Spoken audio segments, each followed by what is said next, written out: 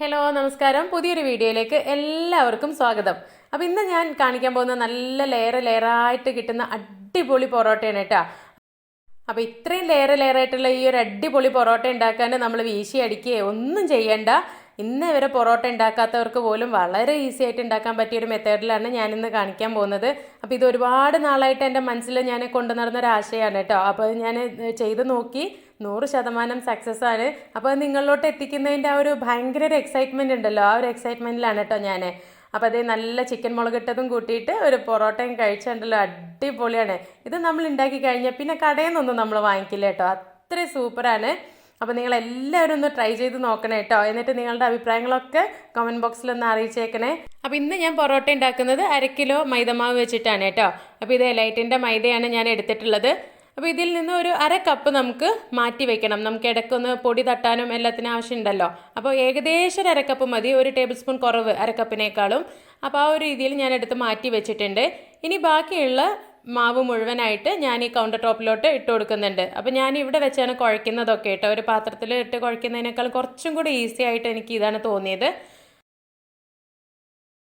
അപ്പോൾ ഞാൻ ഷാൻജിയോ ചേട്ടൻ്റെ അതേ ഒരു റെസിപ്പിയാണ് കേട്ടോ ഫോളോ ചെയ്യുന്നത്. അപ്പോൾ ഇതിലോട്ട് 1/2 ടീസ്പൂൺ ഉപ്പിട്ട് കൊടുത്തിട്ടുണ്ട്. അതുപോലെ 1 ടേബിൾ സ്പൂൺ പഞ്ചസാരയും കൂടെ ചേർത്തിട്ട് നന്നായിട്ടൊന്ന് മിക്സ് ചെയ്ത് കൊടുക്കുക. ഇതിൻ്റെ അകത്ത് മുട്ടയോ പാലോ വേറെ ഒന്നും ഞാൻ ചേർക്കുന്നില്ല. അപ്പോൾ ഇനി ഇത് വെള്ളം ഒഴിച്ച് നന്നായിട്ട് കുഴച്ചെടുക്കണം. മൊത്തം നമുക്ക് 1/4 കപ്പ് വെള്ളമാണ് ഈ ഒരു പൊടിക്ക് ആവശ്യമുള്ളത്. അപ്പോൾ ഞാൻ ആദ്യം 1 കപ്പ് വെള്ളം ഒഴിച്ചിട്ട് പൊടിയൊക്കെ എല്ലാ ഭാഗവും ഒന്ന് ഇതുപോലെ ഇങ്ങനെ നനച്ചെടുക്കുന്നുണ്ട്. കുറച്ചായിട്ട് നമ്മൾ വെള്ളം ഒഴിച്ചു കൊടുത്താൽ മതി. അപ്പോൾ ഇതിൻ്റെ അകത്ത് ആദ്യമേ നമ്മൾ ഓയിലൊന്നും ചേർക്കുന്നില്ല കേട്ടോ. എപ്പോഴും പൊറോട്ടയൊക്കെ ഉണ്ടാക്കുമ്പോൾ നല്ല സോഫ്റ്റായിട്ട് നല്ല അടിപൊളിയായിട്ട് കിട്ടണമെന്നുണ്ടെങ്കിൽ അതിൻ്റെ ആ ഒരു പൊടിയുടെ കുഴക്കൽ നല്ല ഇമ്പോർട്ടൻ്റ് ആണ്. അതേപോലെ തന്നെ വെള്ളത്തിൻ്റെ അളവും നമ്മൾ കറക്റ്റായിട്ട് ആയിരിക്കണം. അപ്പോൾ ഞാനൊരു 1/4 കപ്പ് വെള്ളം കൂടെ ഒഴിച്ചിട്ട് അതും കൂടെ ഇതിനകത്ത് മിക്സ് ചെയ്തു. ഇനി നമ്മൾ ഒട്ടും വെള്ളം ചേർക്കണ്ട. ഈ പൊടി തന്നെ കുഴച്ച് എല്ലാ ഭാഗത്തെയും ആ നനയാത്ത പൊടിയൊക്കെ ഇതിനകത്തേക്ക് ചേർത്ത് കൊടുത്താൽ മതി. ഒരു 5 മിനിറ്റൊക്കെ കുഴയ്ക്കുമ്പോഴത്തേക്ക് ഇതുപോലെ നല്ല സൂപ്പറായിട്ട് വന്നിട്ടുണ്ടാവും. ഇനി നമുക്കൊരു 10 മിനിറ്റോളം കൂടെ നല്ലതുപോലെ കുഴയ്ക്കണം. ഈ കുഴയ്ക്കുന്ന സമയത്താണ് ശരിക്കും അതിൻ്റെ അകത്തുള്ള ആ ഒരു ഗ്ലൂട്ടനൊക്കെ ഫോം ചെയ്ത് ഈ മാവ് ആ ഒരു പൊറോട്ടയ്ക്ക് പറ്റിയ രീതിയിലായിട്ട് വരുള്ളൂ. അപ്പോൾ എന്തായാലും 15 മിനിറ്റ് നമ്മൾ ഇതുപോലെ വലിച്ച് നീട്ടി തന്നെ കുഴച്ചുകൊണ്ടിരിക്കുക. അപ്പോൾ നിങ്ങൾ കൈവേദനയൊക്കെ ഉള്ളവരാണെങ്കിൽ ഇതുപോലെ ഒരുപാട് നേരം കുഴയ്ക്കാനൊക്കെ ബുദ്ധിമുട്ടുള്ളവരാണെന്നുണ്ടെങ്കിൽ നിങ്ങൾക്ക് നമ്മുടെ എഗ് ബീറ്ററിൻ്റെ കൂടെ കിട്ടുമല്ലോ പൊടി കുഴയ്ക്കാനുള്ള ഒരു നീഡിങ് ഹുക്ക് എന്ന് പറഞ്ഞിട്ട്. അപ്പോൾ അത് വെച്ചിട്ട് നല്ല പോലെ കുഴച്ചെടുത്താലും മതി കേട്ടോ. അപ്പോൾ ഞാനൊരു 15 മിനിറ്റ് മാവ് കുഴച്ചെടുത്തിട്ടുണ്ട്. ഇനി ഇതിനൊരു ബോളാക്കിയിട്ട് നമുക്ക് 1 മണിക്കൂറെങ്കിലും മിനിമം റെസ്റ്റ് ചെയ്യാൻ വെക്കണം. ഞാൻ എന്തായാലും ഒരു 2 മണിക്കൂറെങ്കിലും റെസ്റ്റ് ചെയ്യാൻ വെക്കുന്നുണ്ട് കേട്ടോ. അപ്പോൾ ഈ ഒരു കൗണ്ടർ ടോപ്പിൽ തന്നെ നമുക്ക് കുറച്ച് എണ്ണ തൂവി കൊടുക്കാം. അപ്പോൾ ഈ ഒരു എണ്ണ എന്ന് പറയുന്നത് ഞാൻ സൺഫ്ലവർ ഓയിലും അതുപോലെ തന്നെ അതിൻ്റെ കൂടെ നെയ്യും കൂടെ മിക്സ് ചെയ്തിട്ട് ഉരുക്കിയെടുത്തിട്ടുള്ളതാണ്. അപ്പം ഇതുപോലെ ബോളാക്കിയിട്ട് വെച്ച് കൊടുക്കുക. ഒരു പാത്രം കൊണ്ട് നമുക്ക് അടച്ചു വെച്ച് കൊടുക്കാം. ഇനി ഒരു നനഞ്ഞ തുണി ഇതിൻ്റെ മുകളിൽ ഇട്ട് കൊടുക്കുന്നുണ്ട്. അപ്പോൾ ആ ഒരു ഈർപ്പം അതിൻ്റെ അകത്ത് നിൽക്കാൻ വേണ്ടിയിട്ടും പിന്നെ അതുപോലെ തന്നെ ആ കൗണ്ടർ ടോപ്പിൽ ഇനിയിപ്പം വല്ല ഈച്ചയോ ഒന്നും വന്നിരിക്കേണ്ട, അത് നീറ്റായിട്ട് ഇരുന്നോട്ടെ എന്ന് വിചാരിച്ചിട്ടാണ്. അപ്പോൾ 2 മണിക്കൂർ കഴിഞ്ഞു. ഞാനിത് തുറന്ന് നോക്കുമ്പോൾ അതാ നല്ല സോഫ്റ്റായിട്ട് വന്നിട്ടുണ്ട് നമ്മുടെ മാവ്. അപ്പോൾ ഇനി നമുക്കിതിനെ ഉണ്ട പിടിക്കണം കേട്ടോ. അപ്പം ഞാൻ എൻ്റെ ഉള്ളം കയ്യിൽ കൊള്ളുന്ന ആ ഒരു വലുപ്പത്തിലുള്ള ഉണ്ടയായിട്ടാണ് പിടിക്കുന്നത്. അപ്പോൾ 8 ഉണ്ടയാണ് എനിക്ക് ഈ ഒരു മാവിൽ നിന്ന് കിട്ടിയിട്ടുള്ളത്.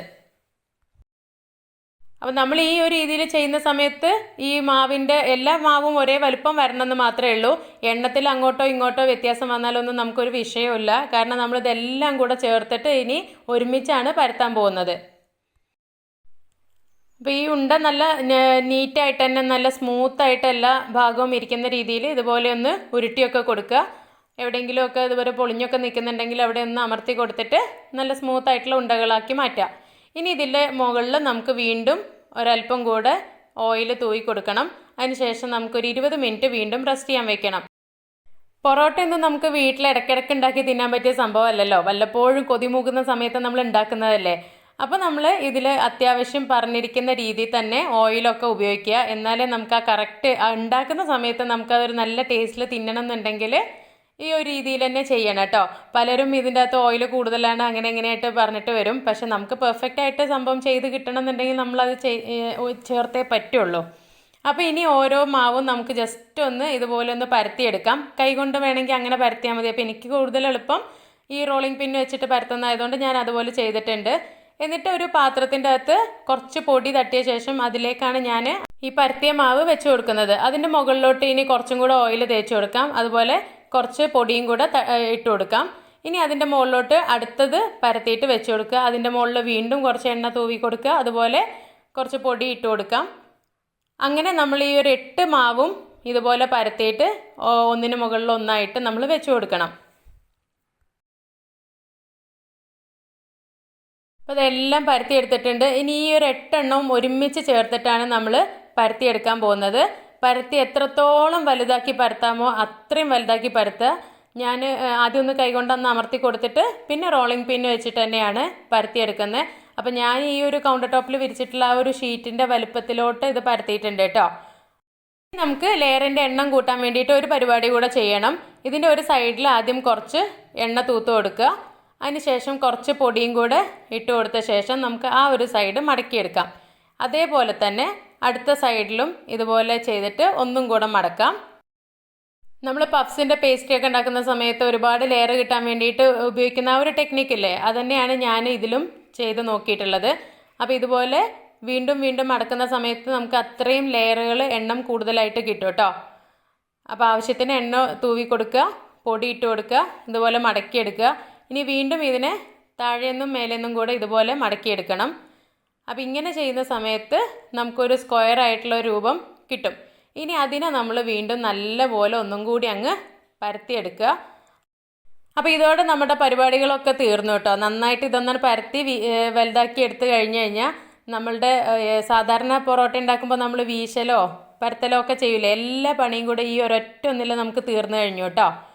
അപ്പോൾ ഇനി ഇത് ഒരറ്റം മുതൽ നമ്മളിങ്ങനെ ചുരുട്ടി ചുരുട്ടി എടുക്കാം. ഈ ഒരറ്റത്തുനിന്ന് പതിയെ പതിയെ ചുരുട്ടി മറ്റേ അറ്റം വരെ എത്തിക്കുക. ആ ഏറ്റവും എൻഡിലുള്ള ഭാഗം കുറച്ച് കനം കുറച്ചും പരത്തിയെടുക്കുന്നത് നന്നായിരിക്കും. അപ്പോൾ നമുക്കിതുപോലെ ഇങ്ങ് ഒട്ടിച്ചെടുക്കാനൊക്കെ എളുപ്പമായിരിക്കും. ഇനി നിങ്ങൾക്ക് എത്ര പൊറോട്ട വേണോ അത്രയും എണ്ണം കണക്കാക്കിയിട്ട് നമുക്കിത് മുറിച്ചെടുക്കാം. അപ്പോൾ ഒരു കത്തിയിൽ ആദ്യം ഒരു അല്പം എണ്ണ തൂവി കൊടുക്കുക. അപ്പോൾ നിങ്ങൾക്ക് എത്ര പൊറോട്ട വേണോ അത്രയും പൊറോട്ടേൻ്റെ എണ്ണത്തിൽ നമുക്കിത് മുറിച്ചെടുക്കാം. അപ്പോൾ എനിക്ക് 8 പൊറോട്ട വേണം. അതിനനുസരിച്ച് ഞാൻ കറക്റ്റ് അളവിൽ മാർക്ക് ചെയ്ത് ആദ്യമേ വെച്ചിട്ടുണ്ട്. ഇനി ഓരോന്നായിട്ട് നമുക്ക് മുറിച്ചെടുക്കാം. ഇപ്പോൾ നമ്മൾ ശരിക്കും അവസാനം പൊറോട്ട മാവ് ഇങ്ങനെ ചുരുട്ടിയെടുത്ത് വയ്ക്കൂലേ, ആ ഒരു രീതിയിലുള്ളതാണ് നമുക്കിപ്പോൾ കിട്ടിയിട്ടുള്ളത്. അപ്പോൾ ഇനി ഇതിനെ ജസ്റ്റ് ഒന്ന് അമർത്തി വെച്ച് കൊടുത്തിട്ട് നമുക്കിനി പരത്തിയിട്ട് ചുടേണ്ട ആവശ്യമുള്ളൂ. ഇനിയിപ്പോൾ കുറച്ച് നൂൽ പൊറോട്ട പോലെ വേണമെന്നുള്ളവർക്ക് ഇതാ വേറൊരു ടെക്നിക്ക് ഞാൻ പറഞ്ഞുതരാം. ഇതുപോലെ മുഴുവനായിട്ട് കട്ട് ചെയ്യാതെ മാവിൻ്റെ ഒരു പകുതിയോളം ഇതുപോലെ കത്തി വെച്ച് വരഞ്ഞു കൊടുക്കുക. അപ്പോൾ ഇതുപോലെ കുറച്ചധികം എണ്ണം ചെയ്ത് കൊടുക്കുകയാണെന്നുണ്ടെങ്കിൽ നിങ്ങൾക്ക് ആ ഒരു നൂൽ പൊറോട്ടേൻ്റെ ഒരു ടെക്സ്ചറിൽ ഇത് കിട്ടും കേട്ടോ. എത്രത്തോളം നിങ്ങൾ അടുപ്പിച്ച് വരഞ്ഞു കൊടുക്കുന്നോ അത്രയും നൂലായിട്ട് തന്നെ നമുക്ക് പൊറോട്ട കിട്ടും. അപ്പോൾ ഇനി പണിയൊന്നുമില്ല. ഇനി ഓരോന്നും നമുക്ക് കൈകൊണ്ട് തന്നെ അമർത്തി കൊടുത്തിട്ട് ചട്ടിയിലോട്ടിട്ട് ചുട്ടെടുത്താൽ മതി. നമ്മുടെ പരിപാടിയൊക്കെ കഴിഞ്ഞു. അപ്പോൾ ഇതിൻ്റെ ഈ ഒരു അറ്റം ഇങ്ങനെ അതിലൊട്ടാതെ നിൽക്കുന്നുണ്ടെങ്കിൽ ആ ഒരു ഭാഗം നമുക്ക് ഇതുപോലെ വലിച്ച് അതിൻ്റെ ഉള്ളിലോട്ട് അങ്ങ് കയറ്റി കൊടുക്കാം. നമ്മൾ സാധാരണ ചുറ്റിയെടുത്തിട്ട് ചെയ്യൂലേ, അതേപോലെ തന്നെ. ഇനി ഇതിൻ്റെ മുകളിൽ ഒരല്പം എണ്ണയും കൂടെ ഞാനൊന്ന് തൂവി കൊടുക്കുന്നുണ്ട്.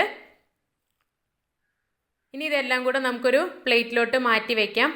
അതിനുശേഷം ഇതൊരു നനഞ്ഞ തുണി കൊണ്ട് മൂടി വയ്ക്കാം. എപ്പോഴും ആ ഒരു ഈർപ്പം അതിൽ നിൽക്കാൻ വേണ്ടി ശ്രദ്ധിക്കാതെ അത് ഉണങ്ങി പോവുള്ളൂ മാവ്. ഇനി ഓരോന്ന് എടുത്തിട്ട് നമുക്ക് പരത്തിയിട്ട് ചുട്ടെടുക്കാം. അപ്പോൾ ഇതുപോലെ കൈകൊണ്ട് പരത്താൻ ഇഷ്ടമുള്ളവർക്ക് അതുപോലെ ചെയ്യാം. അതല്ലെങ്കിൽ റോളിംഗ് പിൻ വെച്ചിട്ട് തന്നെ നിങ്ങൾക്ക് പരത്തിയെടുക്കാം. നമ്മൾ ചപ്പാത്തിയൊക്കെ പരത്തുന്ന പോലെ. ഒരുപാട് കനം കുറയ്ക്കരുത്, ഒരല്പം കനം കൂട്ടിയിട്ട് വേണം ചെയ്യാൻ വേണ്ടിയിട്ട്. എന്നാലേ ആ ഒരു കറക്റ്റ് പൊറോട്ടേൻ്റെ ആ ഒരു ടെക്സ്ചർ വരുള്ളൂ. അപ്പോൾ ഞാനിവിടെ ദോശ ചട്ടി ആണ് എടുത്തിട്ടുള്ളത്. അപ്പോൾ ആ ഒരു ചട്ടിയിൽ നന്നായി ചൂടായ ശേഷം കുറച്ച് ഓയിൽ സ്പ്രെഡ് ചെയ്ത് കൊടുത്തിട്ടുണ്ട്. ഇനി നമുക്ക് ഓരോ പൊറോട്ടയായിട്ട് അതിലോട്ട് ഇട്ട് കൊടുക്കാം. നമുക്ക് ആ ഒരു പൊറോട്ടയുടെ കളറൊന്ന് മാറി തുടങ്ങി വരുന്ന സമയത്ത് എണ്ണ തൂവി കൊടുക്കണം. അതിന് ശേഷം നമുക്ക് മറിച്ചിട്ട് കൊടുക്കാം. അപ്പോൾ ഒരു മീഡിയം ഫ്ലെയിമിൽ വെച്ചിട്ട് വേണം ഉണ്ടാക്കിയെടുക്കാൻ വേണ്ടിയിട്ട്. ഏറ്റവും ലോ ഫ്ലെയിമിൽ വെക്കരുത്, ഇതൊരുമാതിരി ഉണങ്ങിപ്പോവും. അതുപോലെ തന്നെ ഭയങ്കര ഹൈ ഫ്ലെയിമിൽ വെച്ച് കഴിഞ്ഞിട്ടുണ്ടെങ്കിൽ ഉൾഭാഗം അങ്ങ് വെന്ത് കിട്ടത്തുമില്ല. അപ്പോൾ ഈ ഒരു പൊറോട്ട റെഡി ആയിട്ടുണ്ട്. ഇതുപോലെ നമുക്ക് ബാക്കിയുള്ളതും കൂടെ ചുട്ടെടുക്കാം. ഒരു 4 എണ്ണം ആയ സമയത്ത് ഞാനിതിനി തട്ടിയെടുക്കാൻ പോവുകയാണ്. കാരണം നമ്മൾ ഇതുപോലെ കൊട്ടി എടുക്കുന്ന സമയത്ത് അതിൻ്റെ ലെയറുകൾ ഓരോന്നായിട്ട് വിടർന്ന് വരുള്ളൂ. അപ്പോൾ കൈ നല്ല ചൂടെടുക്കുന്നുണ്ട് കേട്ടോ. അപ്പോൾ നമ്മൾ ഓരോ കൊട്ടി കഴിഞ്ഞാലും നമ്മുടെ കൈ ആ കൗണ്ടർ ടോപ്പിലോട്ട് ഇതുപോലെ ഇങ്ങനെ വെച്ച് കൊടുക്കുകയാണെന്നുണ്ടെങ്കിൽ നമ്മുടെ കയ്യിലെ ചൂട് പെട്ടെന്ന് അങ്ങ് ആറിക്കിട്ടും. നമുക്ക് വീണ്ടും ഇതുപോലെ കൊട്ടിയെടുക്കാനും എളുപ്പമായിരിക്കും. അപ്പോൾ ഇതാ നിങ്ങൾക്ക് കണ്ടാൽ തന്നെ അറിയാം എന്ത് സൂപ്പറായിട്ടല്ലേ നമ്മുടെ പൊറോട്ട വന്നിട്ടുള്ളത്. ഇനി പൊറോട്ട ഉണ്ടാക്കാൻ അറിയില്ല എന്നുള്ള പരാതി ആരും പറയണ്ട. ഇത്ര ഈസി ആയിട്ട് നിങ്ങൾക്ക് ഇത്രയും ലെയറുള്ള പൊറോട്ട കിട്ടണമെങ്കിൽ ബുദ്ധിമുട്ട് തന്നെയാണ് കേട്ടോ. അപ്പോൾ എന്താണ് ഞാൻ ആ നൂല് പോലെ ആക്കിയിട്ട് ഒരുപാട് വരഞ്ഞ ഒരു പൊറോട്ട കണ്ടോ. ഇതിൻ്റെ അകത്ത് എണ്ണം കൂടുതലാണ്, കുറച്ചും കൂടെ നൂല് പോലെയാണ് ഇതിൻ്റെ ലെയർ ഇരിക്കുന്നത്. അപ്പോൾ നിങ്ങളെല്ലാവരും ഒന്ന് ട്രൈ ചെയ്ത് നോക്കുക. അപ്പോൾ നിങ്ങൾക്ക് ഇഷ്ടപ്പെട്ടു എന്നുണ്ടെങ്കിൽ മറ്റുള്ളവർക്കൊന്ന് ഷെയർ ചെയ്ത് കൊടുക്കുക. അപ്പോൾ ഈ ഒരു പൊറോട്ടയ്ക്കൊപ്പം ഞാൻ ഇവിടെ ചിക്കൻ മുളകിട്ടതാണ് കേട്ടോ ഉണ്ടാക്കിയിട്ടുണ്ടായിരുന്നത്. അപ്പോൾ ഇതിൻ്റെ റെസിപ്പി വേണമെന്നുള്ളവർ കോമൻറ്റ് ബോക്സിൽ പറഞ്ഞാൽ മതി. അപ്പോൾ ഇനിയും ഇതുപോലെയുള്ള പുതിയ പുതിയ പരീക്ഷണങ്ങളും സ്വന്തമായ കണ്ടുപിടുത്തങ്ങളൊക്കെ ആയിട്ട് ഞാൻ വീണ്ടും വരാം. താങ്ക്